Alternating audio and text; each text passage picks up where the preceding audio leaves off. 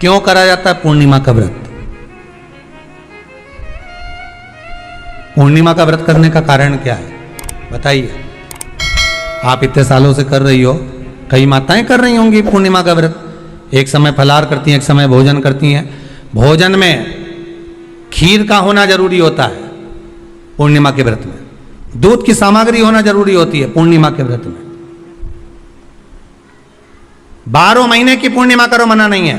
और पूर्णिमा उठाने का भी समय होता है चैत्री, चैत्र के महीने की जो पूर्णिमा होती है चैत्री पूर्णिमा पहली पूर्णिमा मानी जाती है, इसलिए चैत्री पूर्णिमा को सिद्ध पूर्णिमा कहते, कार्य सिद्धात्री पूर्णिमा कहते, सिद्ध करने वाले। मनोरथी पूर्णिमा कहते हैं, मनोरथी पूर्णिमा। इसलिए पूर्णिमा का व्रत कहां से उठाया जाता है? चैत्र के महीने की पूर्णिमा से पूर्णिमा का व्रत उठाया जाता है कि मैं महीने की पूर्णिमा करूंगी तो वो चैत्र पूर्णिमा से उसको उठा लिया जाता है। पर उसका एक नियम रहता है, आप फलाहार करें अपनी जगह पर है, पर एक समय भोजन कर रहे हैं वो अपनी जगह पर। भोजन के साथ में मीठे के साथ थोड़ा दूध की सामग्री होना जरूरी होती है। और क्यों करते हैं पूर्णिमा का व्रत, किस लिए किया जाता है, क्यों करा जाता है, उसका व्याख्यान वर्णन शिव महापुराण के अंतर्गत स्कंद पुराण में लिखा गया। स्कंद पुराण में वर्णन किया है श्री वेद व्यास जी महाराज ने। कहा ये पूर्णिमा का व्रत इसलिए किया जाता है कि व्यक्ति का जब मन गलत भ्रम में जाने लगता है, मन जब गलत जगह पर जाने लगता है, तो ये मन को गलत जगह पर ले जाने वाला कौन होता है? तो कहा ये चंद्र होता है। व्यक्ति की राशि के अंतर्गत, व्यक्ति की पत्रिका के अंतर्गत, व्यक्ति की ग्रह दशा के अंतर्गत जब चंद्र बेकार चलता है तो व्यक्ति अच्छा करते करते भी बेकार करने लग जाता है। चंद्र डोल रहा है। कई माताएं कहती हैं गुरुजी हमारे बेटे को आशीर्वाद दीजिए, बहुत गलत संगत में जा रहा है। मतलब समझ जाना कि चंद्र गड़बड़ जा रहा है। बेटी अगर गलत मार्ग पर जा रही है, बेटी अगर गलत संगत में जा रही है, किसी अन्य व्यक्ति की ओर आकर्षित हो, चंद्र गड़बड़ हो रहा है, उसका चंद्र कहीं जा रहा है। कोई पुरुष, कोई लड़का, कोई गलत मार्ग पर जा रहा है, चंद्र गड़बड़ हो रहा है। घर में जो क्लेश उत्पन्न होता है, घर में जो विवाद उत्पन्न होता है, उस विवाद को रोकने के लिए केवल चंद्र की ही, इसलिए तो पूर्णिमा घर की नारियां हमारे हिंदू धर्म में यहां तक स्कंद पुराण में कह दिया कि प्रत्येक पूर्णिमा आप लोग कभी आप लोगों ने सत्यनारायण जी की कथा करवाई है? जितने लोग आस्था चैनल पर कथा सुन रहे हैं, जितने लोग फेसबुक यूट्यूब पर कथा सुन रहे हैं, यूट्यूब पर कथा का श्रवण कर रहे हैं, उनने कभी सत्यनारायण की कथा करवाई होगी। तो उसमें लिखा है हर कार्तिक, हर पूर्णिमा को, हर संक्रांति को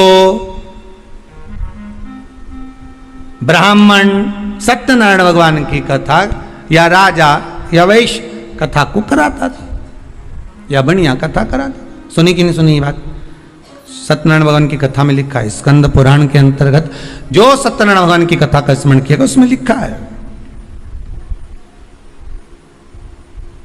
प्रत्येक संक्रांति पूर्णिमा को सत्यनारायण की कथा करवाने लगा और ये योनि को प्राप्त हुआ, इस योनि से छूटा, इस योनि में गया। लिखा है, सब कुछ लिखा है। अब उत्ते से समझ जाओ कि पूर्णिमा को सत्यनारायण की कथा करने का बोला है। तो पूर्णिमा को सत्यनारायण की कथा का क्यों बोला? वैसे तो रोज कराओ सत्यनारायण जी की कथा, प्रतिदिन कराओ, मना नहीं है। आप क्या कोई विशेष फंक्शन है आप सत्यनारायण जी की कथा करवा, पर पूर्णिमा संक्रांति को और संक्रांति को पूर्णिमा को सत्यनारायण की कथा का स्मरण क्यों करवाया गया? क्योंकि पूर्णिमा के दिन अगर ये भगवान का व्रत रख लेगी, पूर्णिमा के दिन अगर ये खीर का प्रसाद बना लेगी, थोड़ा सा दूध की कोई सामग्री बना लेगी और भगवान को भोग लगा देगी, भले सत्यनारायण भगवान के भाव से बनाए, भले सत्यनारायण जी के निमित्तार्थ बना, पर अगर इसने सत्यनारायण भगवान के निमित्त से बना, पर पूर्णिमा के दिन अगर ये व्रत रखेगी, उपास रखेगी या कोई सामग्री बनाकर भगवान की पूजन कर लेगी, तो इसके घर में जो अशांति है वो शांति में बदल जाएगी। इसलिए कई घरों में आज भी सत्यनारायण भगवान की पूजन हर पूर्णिमा को करती है। माता किताब लेके बैठ जाती है, तुरंत उन्हें ऑफिस जाना है, कहीं काम पे जाना, और तुरंत उसने जल्दी कलश रखा, कलश नहीं भी रखे तो भगवान की पूजन कर के ब्राह्मण देवता को बुला लेगी, ब्राह्मण नहीं आएंगे तो खुद कर लेगी, पर करती जरूर है। इतना सा आटा सेक लेगी, पंजेरी बनाई, सीरा बनाई, मिठाई रख दो, कुछ भी करेगी पर सत्यनारायण की कथा कर ले। उसका मन लग गया उसमें, मतलब पूर्णिमा को करना है। उसको करने से क्या होता है? शांति रहती है, शीतलता रहती है। जिसके घर में हर महीने की पूर्णिमा को खीर बनती हो, ध्यान दीजिएगा, बहुत सुंदर संवाद चल रहा है, बहुत ध्यान देने वाली बात है। प्रत्येक महीने की पूर्णिमा को जिसके घर में दूध की सामग्री बनती हो, दूध की सामग्री तैयार होती हो, खीर प्रसाद तैयार होता हो, उसके घर में कभी क्लेश नहीं हो सकता। चाहे सास बहू एक दूसरे के सामने वो कहे ना, वो सांप और नेवले की लड़ाई क्यों ना, फिर भी शांति हो जाती है। पर प्रत्येक महीने की पूर्णिमा होना चाहिए। ये नहीं कि तुमने एक महीने की पूर्णिमा पे बना लिया और दूसरे महीने की पूर्णिमा को गायब कर दिया। फिर किसी ने कह दिया आज चूरमा तो बन रहा है, दाल बाटी तो बन रही है चूरमे के साथ में, लड्डू बन रहे हैं, तो काहे को खीर बना रही हो? तो तुमने अब वो खीर प्रसाद। हर हर महादेव। कितना सुंदर संवाद लिखा है। अगर किसी माता का पुत्र मान लो किसी नशे में डूबा हुआ है, कोई नशा कर रहा है और गलत नशा है, आपको लग रहा है कि ये नशे में डूबा हुआ है, आपको लग रहा है कि ये गलत जगह पर डूब गया है, आपको लग रहा है कि मदिरापान में, मांसाहार में या अधिक गांजा आदि का जो भी नशे होते हैं, जितने भी नशे, उसमें डूब चुका है। और माँ उसको समझा रही है, तू नशे में मत डूब, तू इस काम को मत कर, तू ये गलत कर्म मत कर। माँ उसको समझा कर हार गई। तो मेरा माताओं से निवेदन है, आप उसको समझाना बंद कर दो, एक काम करना प्रारंभ कर दीजिए। हमें जो शिव महापुराण के माध्यम से शास्त्र कह रहा है कि आप 32 पूर्णिमा के व्रत प्रारंभ कर दो। उसमें करना क्या है आपको? केवल जिस दिन व्रत रहे, रात्रि के समय पर कोई भी मीठा कुछ भी सामग्री आप चंद्र की रोशनी में, चंद्र को अर्घ देने के बाद, पूजन करने के बाद उसको रखो, और वही सामग्री जो नशा कर रहा है उसको पूर्णिमा के दूसरे दिन उसको खिलाओ। आप धीरे धीरे खिलाना चालू करेंगे, जिस नशे में वो डूबा हुआ उस नशे से वो छूटना प्रारंभ हो जाएगा। 2 पूर्णिमा व्रत करके तो देखो, तीसरे में तुम्हें जरूरत ही नहीं पड़ेगी। धीरे धीरे आप वो छूटना प्रारंभ हो जाएगा।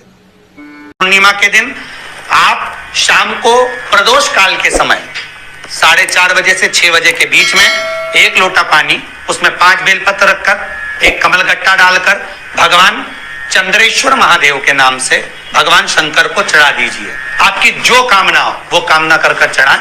विनती करें चंद्रेश्वर महादेव को और निवेदन करें कि हमारा ये कार्य सफल हो। केवल पूर्णिमा के दिन चढ़ाइए, कार्तिक पूर्णिमा तक क्या फल मिलता है हमको जरूर बताइए। भी पूर्णिमा की रात्रि को और कार्तिक पूर्णिमा की रात्रि को गर्भवती नारी अपनी नाभि पर यदि चंद्र की दृष्टि पड़वा लेती है तो बच्चा विकलांग पैदा नहीं होता है। गर्भ से जो बालक होगा श्रेष्ठ होगा, विद्वान होगा, चतुर होगा, पढ़ने में होशियार होगा, क्योंकि ये चंद्र की किरणें जब समुद्र में उछाल ला सकती हैं तो आपके जीवन में भी तरक्की ला सकती है, उछाल ला सकती है। पूर्णिमा के दिन अगर आप पीपल का एक पत्ता, उस पत्ते पर थोड़ा सा चावल, थोड़ा सा चावल पूर्णिमा की रात्रि को अपने हाथ में लेकर, अपने नयनों से लगाकर, शरीर पर से स्वयं उतारकर उसको दरवाजे के पास रख दीजिए।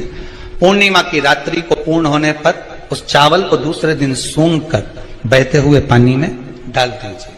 महाराज कितने भी रोग से ग्रसित हो गए, पीपल का एक पत्ता 52,000 ब्राह्मण की साक्षी कराता है। महाराज बहुत ध्यान देना, पीपल के वृक्ष में स्वयं नारायण का, मेरे कृष्ण का वास है। स्वयं भगवान गीता के अंतर्गत कहते हैं कि मैं पीपल का वृक्ष हूँ। श्री शिवाय नमस्तुभ्यं। कि घर में जब आप थोड़ा सा समय मिल जाए, फ्री हो जाए, समय मिले, शाम का समय हो, थोड़ा सा आटे का भाग ले गए, थोड़ा थोड़ा सा तुनका उन मछलियों को भी दे दिया जाए तो भी व्यक्ति के जीवन के रोग समाप्त हो जाते हैं, तो रोग समाप्त हो जाते हैं। एक और बात बहुत ध्यान देना, जिनको श्वास की दमा चलता हो, श्वास चलता हो, दमे की, श्वास की जिनको ज्यादा तकलीफ रहती है उनको मछली को दाना जरूर देना चाहिए। 2 भाग ध्यान रखिए श्वास और दमे वालों के लिए। एक, कभी बेलपत्री के पेड़ के नीचे या पीपल के पेड़ के नीचे जाओ, थोड़ा सा आटा सेक लो, उसमें शक्कर मिला लो, डब्बी में रख लो, श्वास दमे वाले को आटा उठाकर अपना नाम गोत्र बोलकर पीपल के पेड़ के नीचे डाल दो। चींटियों के लिए थोड़ा सा भाग चींटियों के। और एक कभी मौका मिल जाए हफ्ते में, 2 हफ्ते में, महीने भर में एक बार मछली का दाना अवश्य दी। थोड़ा सा आटा ले गए, तोड़ के देते गए, अपना नाम गोत्र बोलकर उसको देते जाओ। मारा श्वास में, दमे में आपको तो कहे गुरुजी मछली को खिलाने से हमारा दमा ठीक हो जाएगा। हाँ, कई लोगों का दम भी निकल जाता है, कंजूस होए तो, कि भाई तक क्यों खिलाए, मछली को क्यों खिलाए, चींटी को क्यों खिलाए। हो सके कई कंजूस रहे हो ना तो उनका मन नहीं लगे, पर देने में उसका सुख प्राप्त हो, एक आनंद प्राप्त। वो कहे, एक बड़ा सुंदर लाइन है महाराज, भला किसी का कर ना सको तो बुरा किसी का मत करो। भाव व्यक्त करा, आप अच्छा करोगे अच्छा ही मिलेगा। कई रोग, कई बीमारी, कई कष्ट तो हमारे केवल इन सत्कर्म से, पुण्य से, हमारे कई रोग बीमारी इन पुण्यों से ही समाप्त हो शिवाय जाए। नमस्तुभ्यम। कर पाओ तो किसी भी शिवरात्रि पर मान लो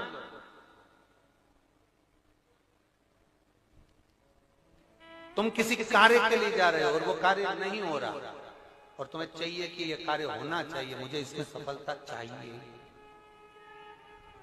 और उसमें आप लगे हो बहुत सालों से पीछे, 4 साल, 6 साल, 5 साल, 3 साल लगे पीछे लगे रहो, उसमें क्या है?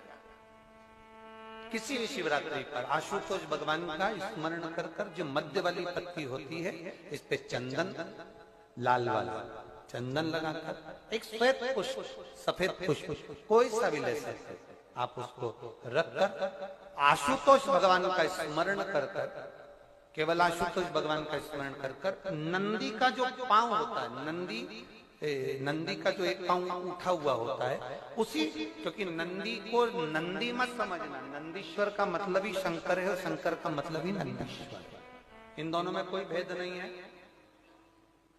दोनों में कोई भेद नहीं है, दोनों एक ही मानना है। नंदी का जो पांव ऊंचा होता है, आशुतोष भगवान का नाम लेकर नंदी के पैर की ओर, ये बेलपत्री का जो डंडी वाला भाग है, वो इस भाग को फूल के साथ अपने को रख देना। किसी भी शिवरात्रि कभी शिव मंदिर में जल चढ़ाने का मौका मिले और आप शंकर जी के मंदिर में जल चढ़ाने के लिए जाएं, तो केवल जल चढ़ाकर वापस मत आना, केवल बेलपत्र चढ़ाकर वापस ना आना, दिया लगाकर वापस ना आना। आते आते बाबा भोलेनाथ जी से ये भी पूछ कर आना, बाबा आप मंदिर में बैठे रहते हो, बहुत दिन हो गए आपको बैठे बैठे, चलो आज मैं आपको मेरे साथ लेकर चलती हूँ और मेरे घर तक लेकर चलती हूँ। श्री शिवाय नमस्ते।